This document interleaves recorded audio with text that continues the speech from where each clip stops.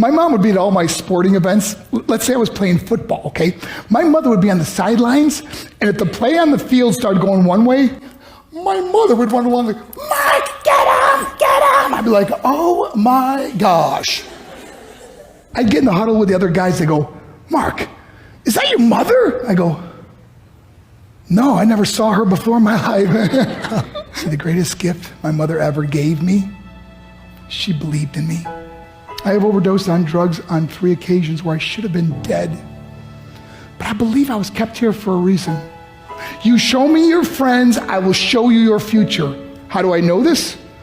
I hung out with losers, and I became the biggest loser of them all because I gave up everything I dreamt about as a little boy because of who I chose to surround myself with. My friends would drive me home at 2, 3, 4 in the morning. We'd be drunk and high, laughing in the car. We'd pull up in front of my house in New York. They go, Mark, the light's on. I go, oh man, my mother's up. See, my mom wouldn't go to bed until she knew her son was still alive.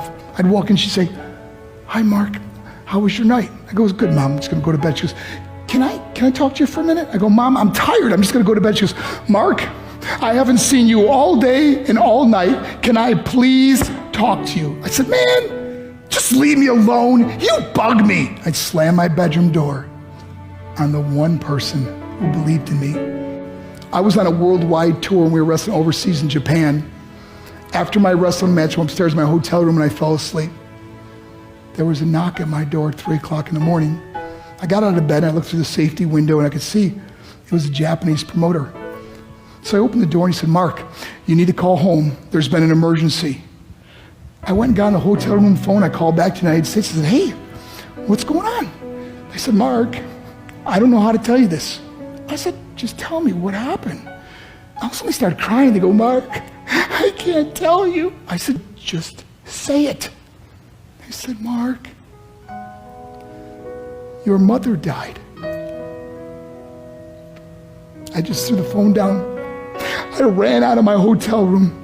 I took the elevator to the lobby, and when the doors opened up, I just ran out into the street. I mean, there was no cars, there was no people. It was 3 o'clock in the morning. And I walked down the middle of a street in Hiroshima, Japan, and I remember looking up and just saying, Mom, I am so sorry. I flew home for her funeral, and I was so nervous to walk up to her casket, so I just stood way in the back. And I kept looking from a distance, and I kept thinking to myself, Mom, please wake up. Please get up. And then I finally got the nerve to walk up to her. And as I got closer, I could see my mom for the first time. I mean, she was so beautiful. She was dressed in white. I mean, she looked like an angel. And I just stood over and I said, Mom, you are my hero. Everything I am, everything I hope to be was because of you. You loved me so much, you gave me a life. You're the only one that ever believed in me. How did I repay her? By getting drunk, by getting high, by getting stupid, by hanging out with losers? For what? All she ever wanted to do was talk to me. I wish I could talk to you now, Mom.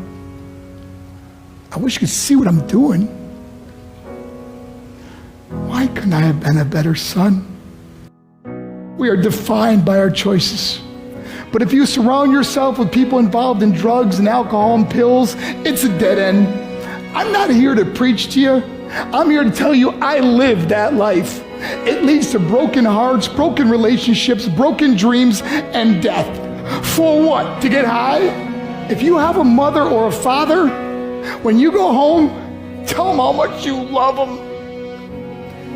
See, my whole life was about being rich and famous. I had to be a millionaire. I had to win the race. I had to win the race at the expense of my marriage, my family, my friends. For what? To be all alone in the world? I learned what is truly important, and that is how precious this gift of life is, and our families, and how quickly it can be taken away. See, I no longer live in time, I live in moments. See, it's not what's in your pocket that matters. It's what's in your heart that truly matters. Love Love is just a word until somebody comes along and gives it meaning. You're the meaning.